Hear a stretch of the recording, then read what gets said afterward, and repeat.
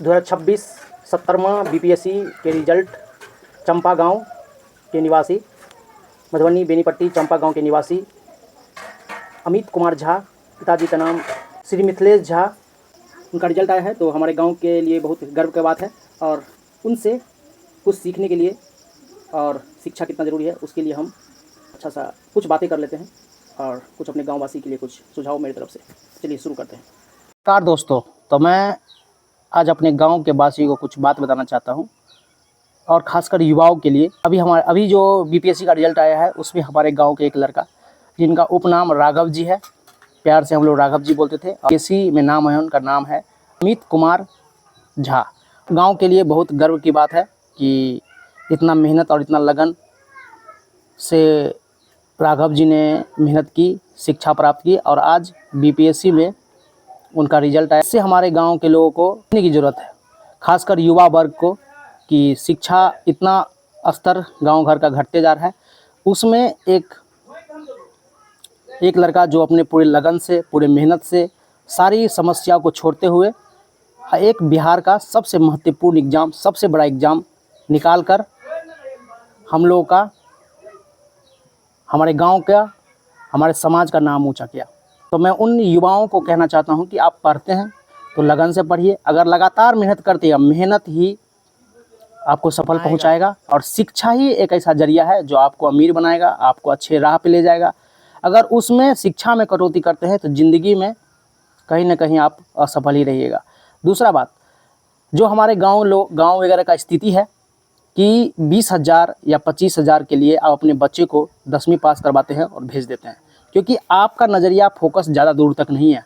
कहीं ना कहीं आपका फोकस ये है कि हमारा बच्चा 12वीं पढ़ेगा और मैं कहीं ना कहीं होटल में, कहीं जींस फैक्ट्री में, कहीं अलग अलग जगहों पर, या खासकर जो लोग सोचते नहीं, जो शिक्षा से जुड़े हुए नहीं, वो लोग क्या करते हैं कि अपने बच्चे को कैसे भी करके, जब वो 18 साल का हो जाता है, कैसे भी करके उसको नौकरी करवाने पर ज़्यादा फोकस रहते हैं, न कि एजुकेशन पर। एजुकेशन अगर आप 30 साल के अंदर भी, 30 साल के बाद भी अगर एजुकेशन में कोई आदमी शिक्षा में सरकारी जॉब उसका हो जाता है तो वो पूरे ख़ानदान का, पूरे समाज का, पूरे अपने घर की स्थिति को चेंज कर सकता है।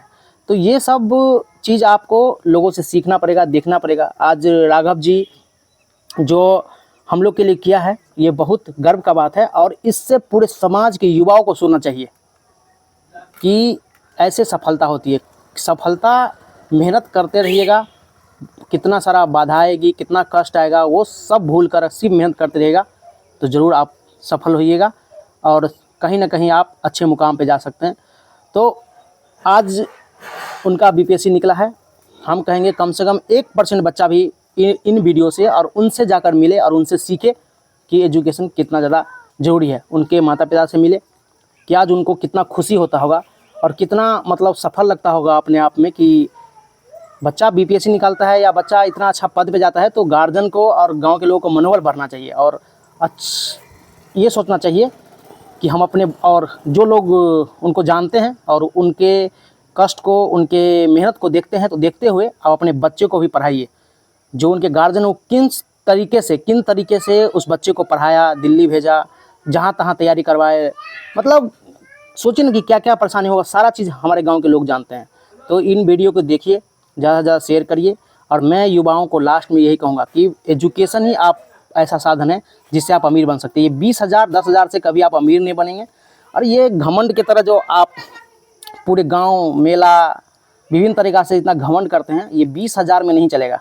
इसके लिए आपको लाखों करोड़ों रुपया कमाना पड़ेगा, एक अच्छा प्रतिष्ठित आदमी बनना पड़ेगा। तब मैं देखता हूँ छोटा सा मेला होगा, अपना गाँव में रंगदारी करके चला जाएगा, तो उसमें क्या होता है ना, जिसको निकलना है आगे निकल जाता है। मैं देखता हूँ लोगों का सोच ही है 20,000 कमाना है। अपने बेटे को फोकस ही इसलिए किया गया है कि 20,000 कमाओ, 40,000 कमाओ।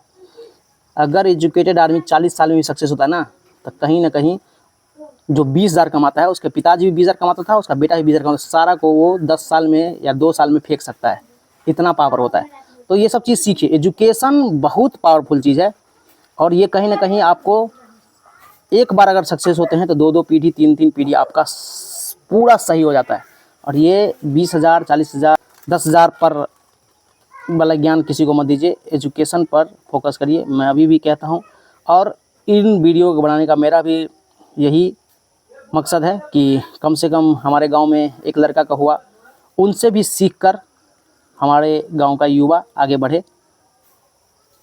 बस मेरा इतना ही इस वीडियो बनाने का फोकस था। धन्यवाद।